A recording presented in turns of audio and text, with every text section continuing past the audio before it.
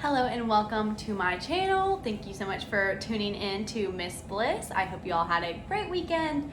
I did. I went down to Atlanta and just had a lot of rest, relaxation, and just what I needed, especially after my week of being sick. But coming off of a great day today that I'm just reflecting on, I was paid a really great compliment from one of my students. He was just like, hey, I just want to thank you for being so enthusiastic about social studies. It's become my favorite subject. I just really like see me basically perform. He's like, I hope to be like you one day. I might be a teacher too. I was like, oh, literally just made my heart so full. I just thought it was really sweet and just kind of wanted to remember it, so I thought I'd video it.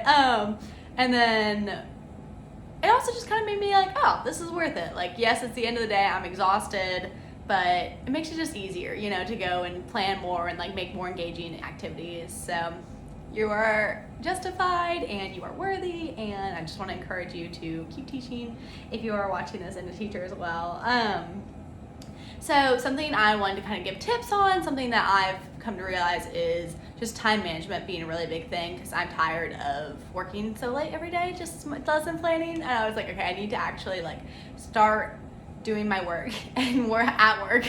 So I've like found little times like our breakfast from 7:30 to 8, or just getting to work earlier. Like I get to work at 7 every day. I don't have to be there till 7:30.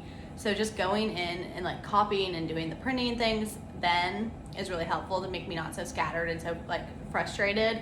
Because I really hate staying late, so like going early is definitely my way of getting around that. I also found that I'm like way more productive in the mornings, so I think kind of is up to you and what you prefer, but that's the time that I found. And then I always eat my lunch break, especially because I eat with my teachers. It's our time to like chat and just get on the same page and just relax. But actually using my planning time is going to be big for me. We have like 40 minutes during the day that I'm spent to just like work on next week lesson planning, that sort of thing. I think a lot of the time I get kind of caught up in meetings or just like chatting with my co-teachers. But actually using that time to plan not just today's lesson, but next week's is really helpful to actually use that. And then carpool. The kids know their numbers. They know it's the sixth week of the school. They kind of get the gist of what's going on now. So that last 40 minutes of school, it's like from 2:40 to 3:30, I guess. So 50 minutes, but that time just to sit down and lesson plan and plan out what I'm trying to use. Just really looking at our materials and our curriculum and using that instead of just like reinventing the wheel and looking up all this stuff. Like, yes, there's a ton of resources on Pinterest and Teachers Pay Teachers and things like that are super helpful, but I think just like right now being a first year, it's like really helpful just to dive in and really understand and learn my resources, because I am going to keep them. I'm going to take pictures of everything and hopefully put them on a drive if that's all copyright, not an issue or anything, but yes. Then another tip was just to grade as you go. So that's something that I really learned with my progress report last week being sent out. I was like, oh my goodness, I have to do all these grades tonight.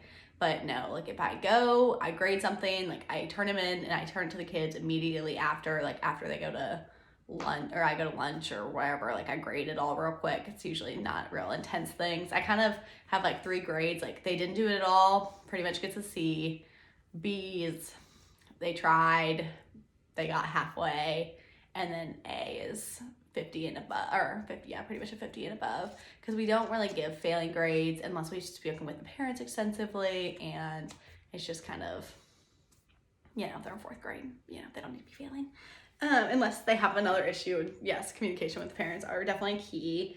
But yeah, I just want to give some advice just to like log off and, step away from your computers and just enjoy some rest time. And just, I think that's something that's like carried on my sickness a little bit, is because I have been working so much, and I think I need to just like kind of advice to myself just to relax and just to not put the weight of the world on its shoulders, and just that it's gonna get done and it's gonna be great. Like the kids never know, so I think it's just taking time for yourself. Something I'm trying to make a goal for myself, and my accountability to say it is 3 days a week I'm gonna go work out. So that's where I'm heading to right now. But just, it's gonna get done. Take time for yourself, rely on your community if you have to. I'm here for you. If you don't have a teacher friend, I'm in Nashville, but I'm on Instagram at Miss Bliss Teaches. So you're welcome to message me there. I'm pretty responsive. I'm on it probably too much. So thank you all so much for tuning in. I hope you have a great week, and just remember to take some time for yourself. Thanks so much. Have a good one.